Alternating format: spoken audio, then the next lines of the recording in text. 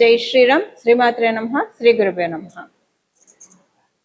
నిజ జ్యేష్ఠ మాసంలో కృష్ణపక్షం యొక్క ఫలితాలు 2026 సంవత్సరం నిజ జ్యేష్ఠ మాసం కృష్ణపక్షం యొక్క ఫలితాలు ద్వాదశ రాశుల వాళ్ళకి, ద్వాదశ లగ్నాల వాళ్ళకి. నిజ జ్యేష్ఠ మాసంలో కృష్ణపక్షము 29వ తారీఖు జూన్ 29 నుంచి జూలై 13వ తారీఖు వరకు ఉంటుంది. ఈ కృష్ణపక్షంలో ద్వాదశ రాశుల వాళ్ళకి, ద్వాదశ లగ్నాల వాళ్ళకి ఎలాంటి ఫలితాలని అందుకోబోతున్నారు? ఫలితాలని చెప్పడానికి ముందుగా ఫలితాలను ప్రసాదించే గ్రహ దేవతలు ఏ ఏ రాశుల్లో స్థితులై ఉన్నారో ప్రథమంగా మనం పరిశీలిద్దాము.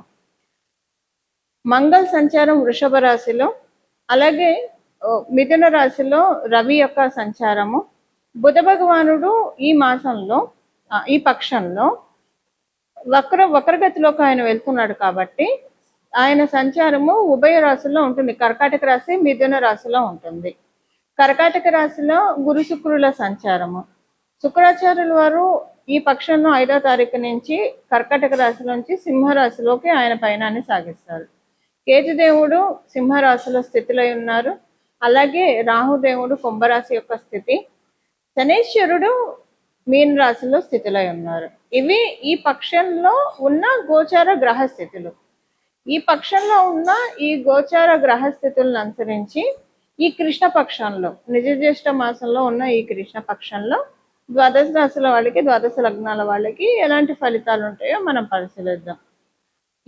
ఈ ఫలితాలు మెయిన్గా వీటిల్లో విశేషాంశం ఏమన్నా ఉంది అంటే, గురు శుక్రుల యొక్క కలయిక కర్కాటక రాశిలో, అంటే మొదటి 5వ తారీఖు నుంచి అది బ్రేక్ అవుతుంది, ఆయన సింహరాశిలోకి వెళ్తున్నారు.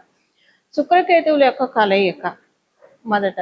శుక్రుడు ఏంటంటే చాలా కంఫర్ట్స్ని మనకి ఆయన అనుకూలంగా ఉంటే మంచి రిలేషన్స్ ఉంటాయి, మనం చూడటానికి అందంగా ఉంటాము, మంచి బట్ట కట్టుకుంటాం, మంచి తిండి తింటాం, లగ్జరీ లైఫ్ అన్ని మనం చూస్తాము.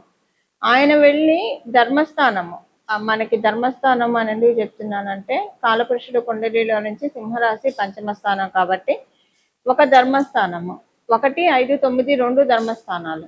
ఈ ధర్మస్థానంలో శుక్రాచార్యుల వారు ఉన్నారు. అక్కడ కేతు భగవానుడు స్థితిలో ఉన్నారు. స్థితిలో ఉండడం వల్ల అది ఎలా ఉంటుందంటే ఈయన ఇస్తూ ఉంటాడు, ఆయన తగ్గొడుతూ ఉంటాడు. సో ఈ వారిలో ఎవరు గెలుస్తారు? శుక్రాచార్యుల వారు ఇస్తాడా? ఆయన చేత కేతు భగవానుడు ఎలాంటి అడ్డు చెప్పనీయకుండా అన్నీ ఇవ్వనిస్తాడా? ఇవి చూడాలి మనం. అంటే ద్వాదశ రాశుల వాళ్ళకి, ద్వాదశ లగ్నాల వాళ్ళకి ఎలాంటి ఫలితాలు ఉంటాయి, ఇది ఒక స్పెషల్ ఇంపాక్ట్. దానికి తోడు బుధ భగవానుడు ఆయన వక్రగమనంలోకి వెళ్తున్నారు, ఇది ఇంకొక స్పెషల్ అంశం.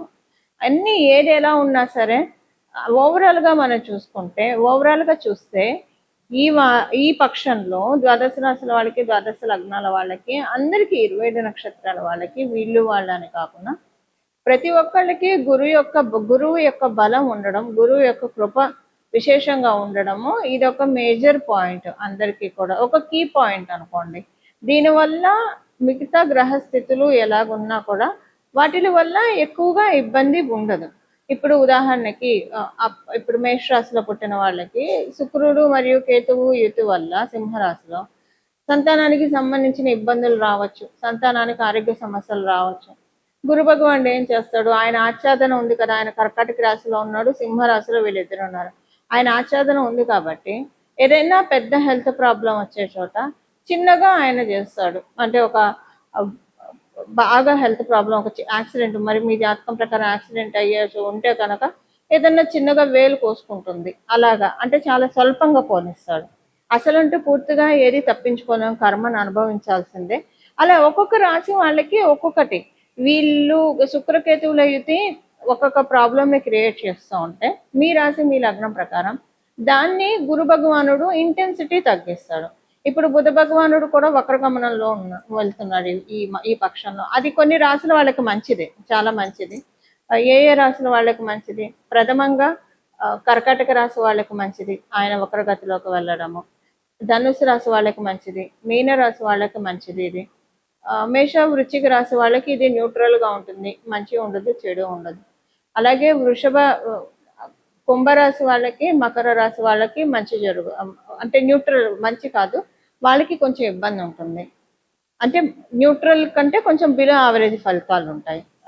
మళ్ళీ వృషభ తులారాశుల వాళ్ళకంటే బిలో కంటే యావరేజ్ కంటే కొంచెం బిలో ఫలితాలు ఉంటాయి, న్యూట్రల్ కంటే కొంచెం బిలో ఫలితాలు ఉంటాయి. అయితే ఇక్కడ కూడా ఇదే పాయింట్, గురు భగవానుడు ఆచ్ఛాదన ఉంది కాబట్టి మిథున రాశిలో, అందులో ఆయన కర్కాటక రాశిలో ఉండి వక్రగమనంలోకి వెళ్తున్నారు కాబట్టి ఏమైనా చిన్న చిన్న నెగిటివ్ పాయింట్స్ ఉంటే వాటిని ఆయన్ని నెగేట్ చేసేస్తాడు గురు భగవానుడు, నలిఫై చేసేస్తాడు. అది ఇప్పుడు గురు భగవానుడు సమక్షంలో ఉండడం వల్ల సేఫ్ గార్డింగ్ అనేది చాలా హైగా ఉంది ద్వాదశ రాశి వాళ్ళకి, ద్వాదశ లగ్నాల వాళ్ళకి. మరి ఇంకెందుకు ఆలస్యం, మీ రాశి వాళ్ళకి, మీ లగ్నం వాళ్ళకి ఎలాంటి ఫలితాల నుంచి ఆయన కాపాడబోతున్నారు, అసలు ఏం మంచి రిజల్ట్స్ కూడా రాబోతున్నాయి, ఇవన్నీ మనం ఒకసారి చూద్దాము.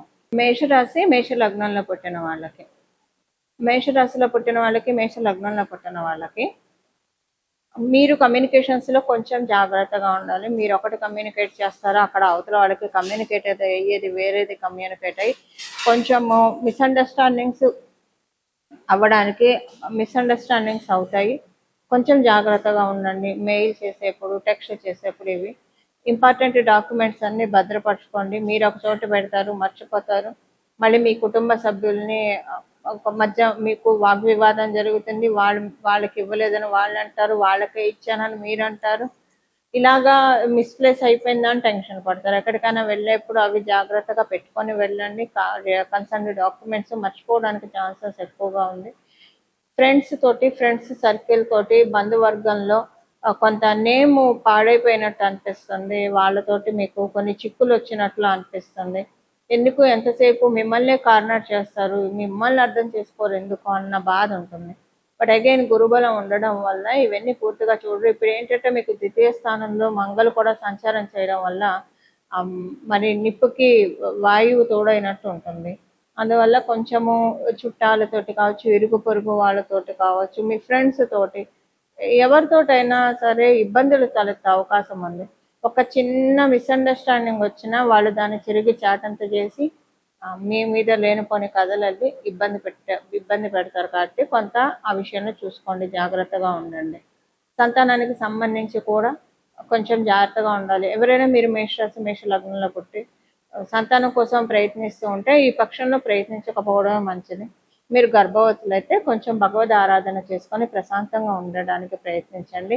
దాని ద్వారా దైవకృప అపారంగా ఉన్న పిల్లలు మీకు పుట్టడానికి అవకాశం చక్కగా ఉంటుంది. ఎందుకంటే కేతుదేవుని ఆశీస్సుల వల్ల, శుక్ర భగవానుడి ఆశీస్సుల వల్ల అది సాధ్యపడుతుంది.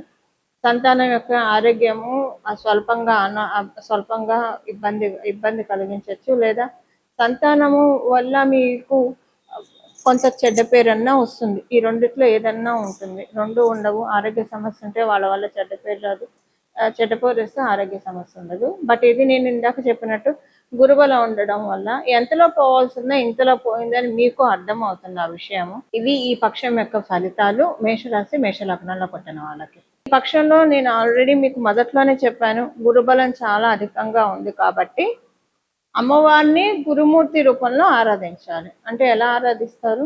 శారదా రూపంలో ఆరాధించవచ్చు, సరస్వతి అమ్మవారి రూపంలో ఆరాధించవచ్చు, రాజశ్యామల అమ్మవారి రూపంలో ఆరాధించవచ్చు, గాయత్రి మాత రూపంలో ఆరాధించవచ్చు, విద్యాలక్ష్మి రూపంలో ఆరాధించవచ్చు. ఇలాగా అమ్మవారిని గురుమూర్తి రూపంలో ఆరాధించడం చాలా మంచి ఉత్తమమైన ఫలితాలని ద్వాదశ రాశుల వాళ్ళకి, ద్వాదశ లగ్నాల వాళ్ళకి కూడా కలుగుతుంది.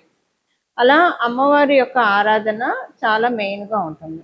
లేదా మనము మామూలుగా చూసుకుంటే కనుక దక్షిణామూర్తి స్వామి వారిని, దత్తాత్రేయుల వారిని, కృష్ణుడిని, ఇలాగా మీకు ఇష్టమైన దేవీ దేవతలు గురుతత్వంలో ఉండే వాళ్ళని కూడా ఆరాధించవచ్చు. ఎలాగ ఆరాధించినా మీరు దేవీ దేవతల్ని ఎవరినైనా గురుతత్వ రూపంలో ఉండే దేవీ దేవతల్ని ఎవరిని ఆరాధించినా కూడా శీఘ్రంగా మంచి ఫలితాలు మాత్రమే ఉంటాయి. అందులో ఎలాంటి ఇబ్బంది లేదు.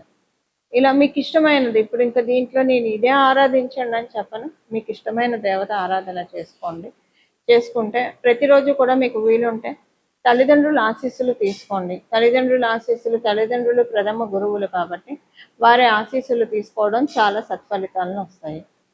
ఉదాహరణకి మీ తల్లిదండ్రులు మీరు విదేశాల్లో ఉన్నారు, లేదా మీరు ఉద్యోగరీత్యా వ్యాపార రీత్యా వేరే ప్రదేశంలో ఉన్నారు, మీ తల్లిదండ్రులు మీకు అందుబాటులో లేరు. అప్పుడు లక్ష్మీనారాయణలకి, శివపార్వతులకి దండం పెట్టండి. వాళ్ళే ఆది దంపతులు కదా, శివపార్వతులు, లక్ష్మీనారాయణ. వాళ్ళే మనందరికీ జగత పితరో వందే పార్వతీ పరమేశ్వర అని చెప్తాం. వాళ్ళే మనందరికీ తల్లిదండ్రులు. వాళ్ళ పాదాలకి ప్రణామం చేయండి.